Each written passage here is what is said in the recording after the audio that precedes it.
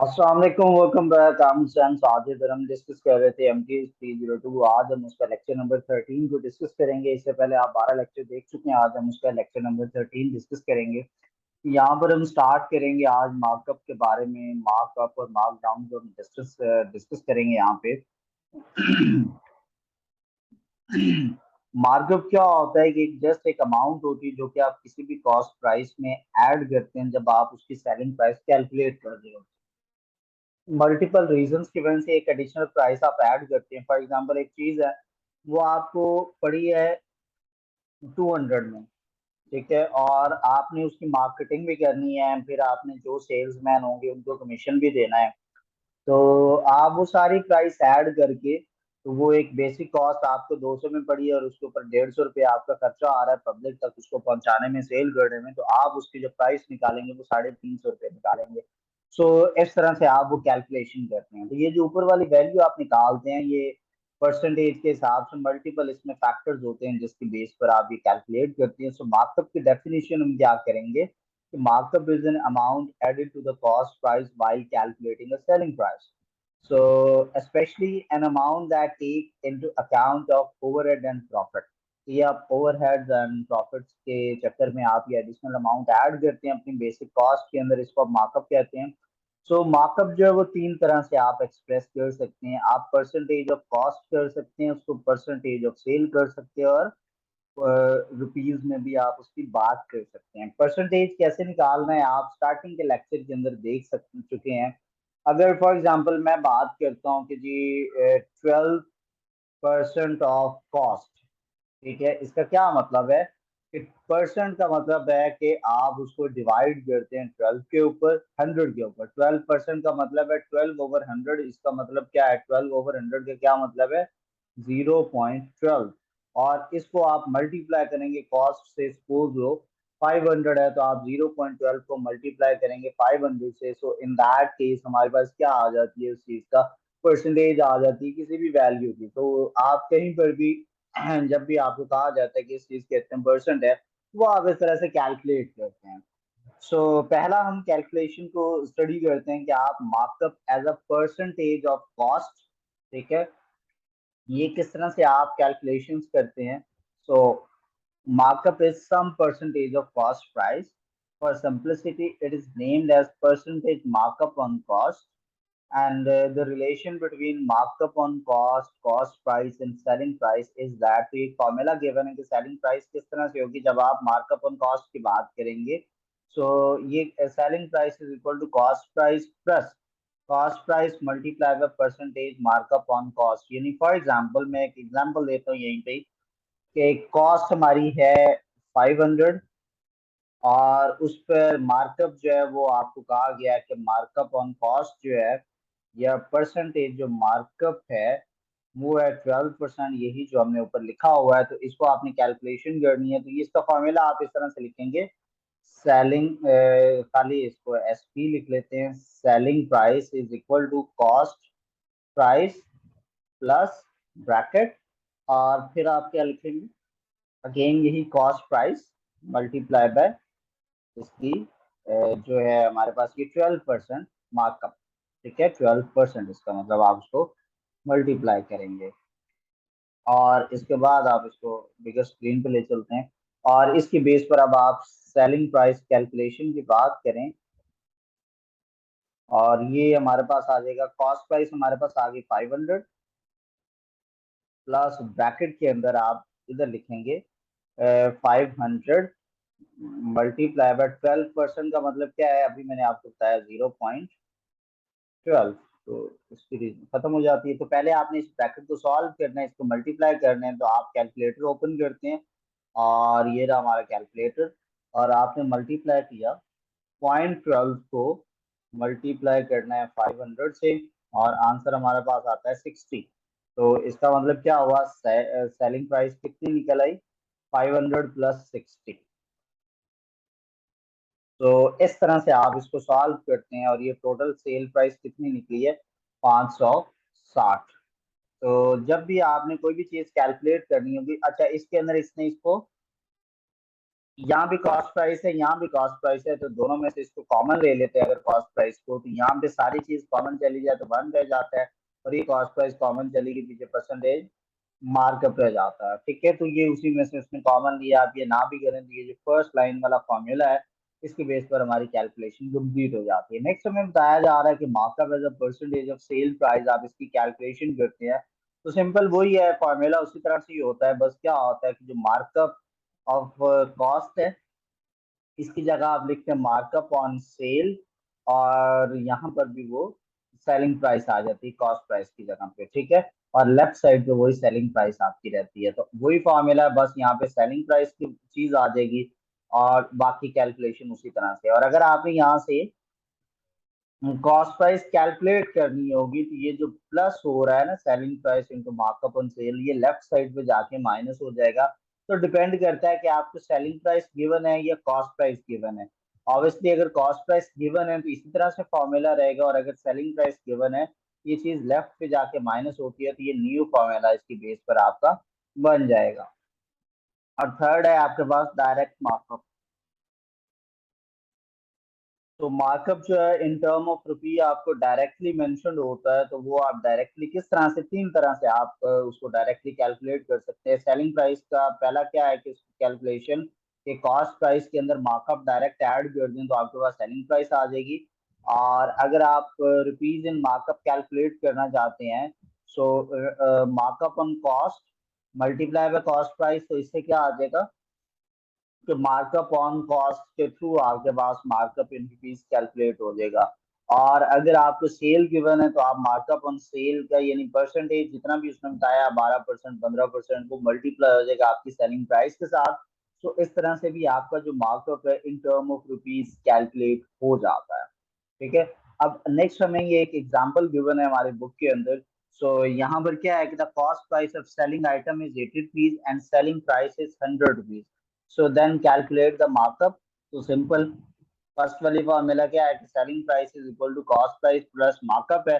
सो calculate हमने markup करना, तो ये जो कॉस्ट प्राइस है ये इधर प्लस है, लेफ्ट साइड पे जाके माइनस हो जाती है, तो ये वही बनता है हमारे पास selling price minus cost price. हमने कर किया तो जो डिफरेंस आया वो हमारे पास क्या आ गया, मार्कअप इन रुपीज है।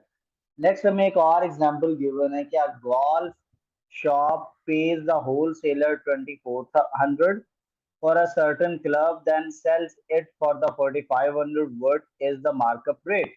सिंपल सी बात है, आपको जो है वो कॉस्ट आपके पास आ गई है 2400 और सेल प्राइस जो आ गई है, सेलिंग प्राइस वो 4500 है। इसमें डिफरेंस जो है वो आप कैलकुलेट करते हैं। तो पहले आपने इन्होंने जरा एक डिफरेंट तरीके से इस चीज को समझाने की कोशिश की है, पहले हम इसको अंडरस्टैंड करते हैं क्योंकि आपकी बुक में फॉर्मूला मेंशन है तो आपको उसको समझना जरूरी है। So selling price is equal to cost price plus cost price into markup on cost, ये हमने पहला फॉर्मूला ऊपर मार्कअप ऑन कॉस्ट का पढ़ा है यहाँ पे। ठीक है, ये वाला, इसके अंदर से आप मार्कअप की वैल्यू को कैलकुलेट करते हैं। तो आसान सा उसका तरीका है जी, ये जो आपके पास कॉस्ट प्राइस है इस तरफ ऐड हो रही है, लेफ्ट पे जाके माइनस हो जाती है। कॉस्ट प्राइस जो है ये मल्टीप्लाई हो रही है, लेफ्ट पे जाके डिवाइड हो जाती है। ये मार्कअप परसेंटेज में है, तो आप उस तरफ जाके 100% से मल्टीप्लाई कर देंगे तो वो आपके पास मार्कअप ऑन परसेंटेज आ जाएगी कॉस्ट के ऊपर। इसका अल्टरनेटिव जो है स्टेप बाय स्टेप अगर हम करें इस तरह से, प्रैक्टिस फॉर्मूला समझ में नहीं आता तो पहले आप मार्कअप को कैलकुलेट कर लेते हैं। वो कैसे आता है, सेल प्राइस भी गिवन है कॉस्ट प्राइस भी गिवन है, दोनों को माइनस किया तो आपके पास मार्कअप आ जाता है। उसके बाद फिर आपने उस मार्कअप को डिवाइड करना है अपनी कॉस्ट के ऊपर, और डिवाइड करने के बाद आप उसको 100% से मल्टीप्लाई कर देंगे तो इससे भी आपका मार्कअप ऑन कॉस्ट की परसेंटेज आ जाती है। सो फर्स्ट आपने क्या किया, उसका ये डिफरेंस निकाला, वो 2100 रुपया आ गया। फिर परसेंटेज मार्कअप निकालना है तो इस 2100 को आपने डिवाइड करना है कॉस्ट प्राइस जो कि 2400 थी, मल्टीप्लाई बाय 100 किया तो आंसर हमारे पास कितना आया, 87.5%।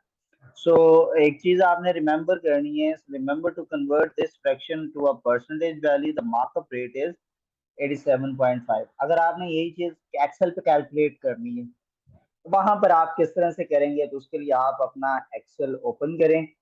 ये जो मेरे पास मेरा एक्सेल ओपन हो गया है, और अब यहाँ पर आप आए, इसको थोड़ा जूम करें ताकि आपको चीज क्लियरली नजर आए। यहाँ पर आप लिखें जी कॉस्ट ये आ गई सेल। ठीक है, कॉस्ट हमारे पास 2400 है, सेल है 4500। मार्कअप मेरे पास कितना आया, मार्कअप है इक्वल सेल माइनस कॉस्ट। ये कॉस्ट की वैल्यू पर क्लिक करना है तो ये 2100 आ गया। अब यहाँ पर ये देखिए ना, C4 C3 है, आपके यहाँ पर वो है B7 B5 है। इससे फर्क नहीं पड़ता कि आपका सेल नंबर क्या है, बेसिकली तो आपको ये पता होना चाहिए कि किस सेल में आपकी वैल्यू है, आपने उसको एग्जैक्टली पॉइंट आउट करना है। अगर आप गलत सेल को पॉइंट आउट कर देते हैं तो उससे आपकी जो कैलकुलेशन है वो एक्यूरेट नहीं आएगी।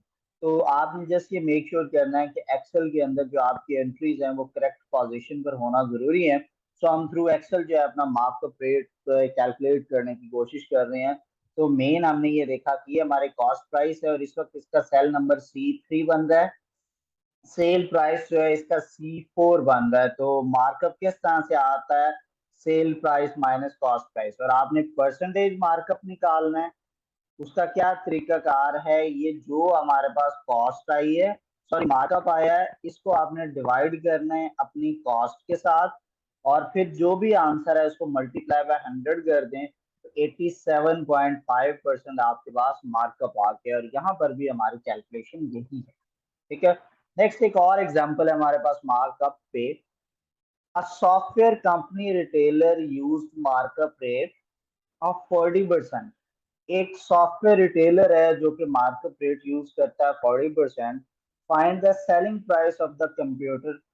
ठीक है, कॉस्ट ऑन रिटेलर, जिसकी जो कॉस्ट है वो 1500 है। आपको याद है, आपने अभी ऊपर फॉर्मूला पढ़ा है कि अब ये उसने मार्कअप जो है, एक और चीज, मार्कअप रेट के साथ अगर वो मेंशन नहीं करता कॉस्ट या सेल, तो याद रखें वो मार्कअप परसेंटेज हमेशा ऑन कॉस्ट कंसीडर होती है, हम उसको सेलिंग प्राइस के ऊपर कंसीडर नहीं करते। अगर तो वो मेंशन करता है कि ये जो मार्कअप ऑन सेल है, फिर तो वो ऑन सेल हम कंसीडर करेंगे, अदरवाइज वो बाय डिफॉल्ट जो है मार्कअप वो कॉस्ट प्राइस पर होता है हमेशा। ठीक है, ये बेसिक इसका रूल रहता है। तो 40% है ऑन 1500 है, तो आप सिंपल है उसको फॉर्मूले के साथ calculate.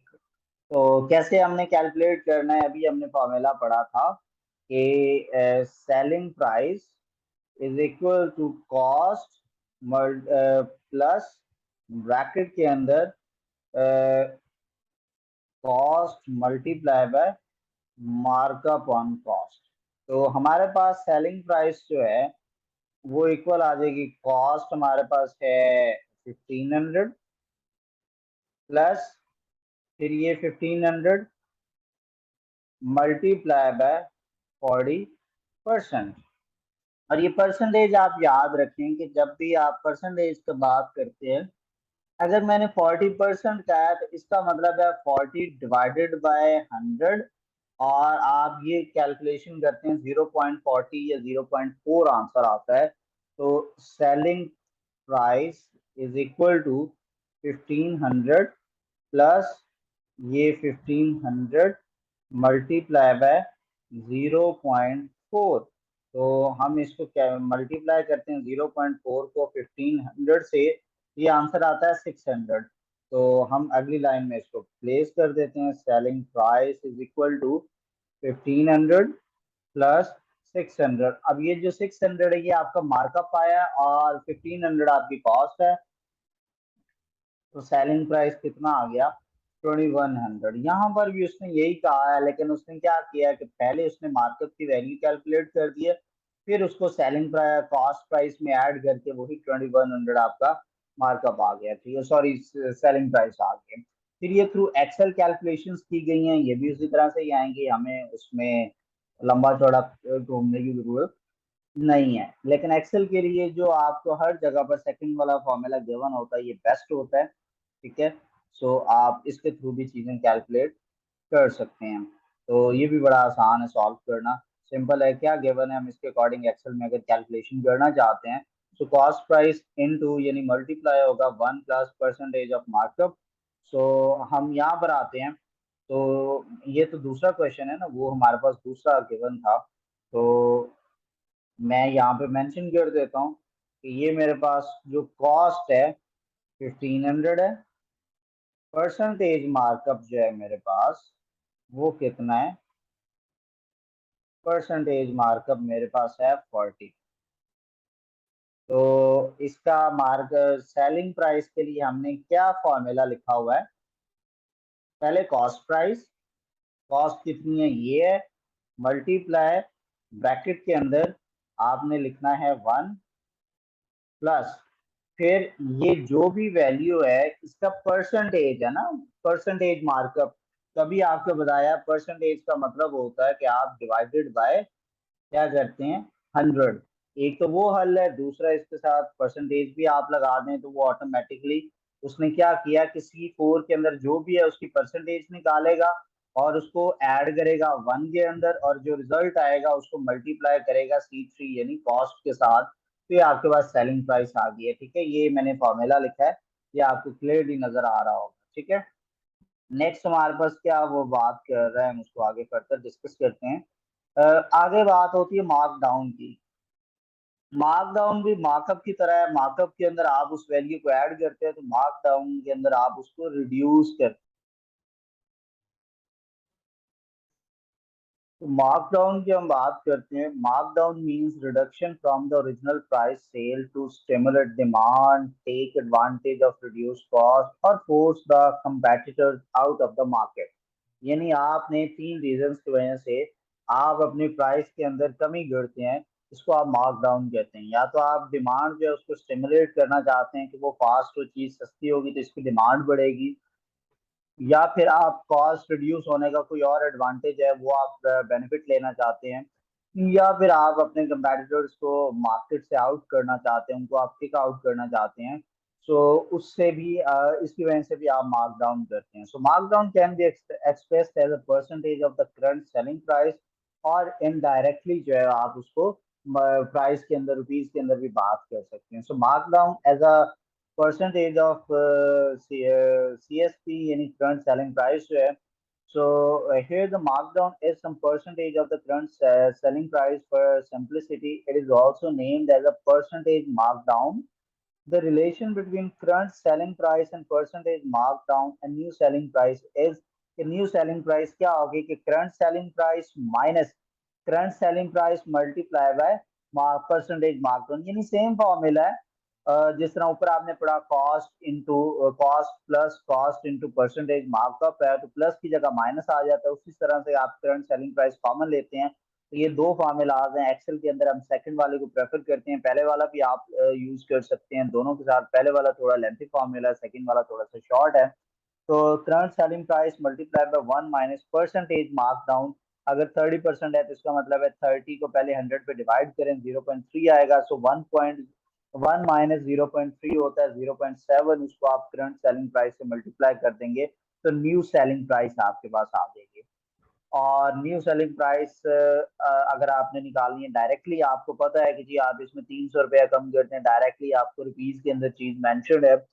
So in that case आप क्या करते हैं कि आप डायरेक्टली इसकी करंट सेलिंग प्राइस में से मार्क डाउन अमाउंट को माइनस कर देते हैं।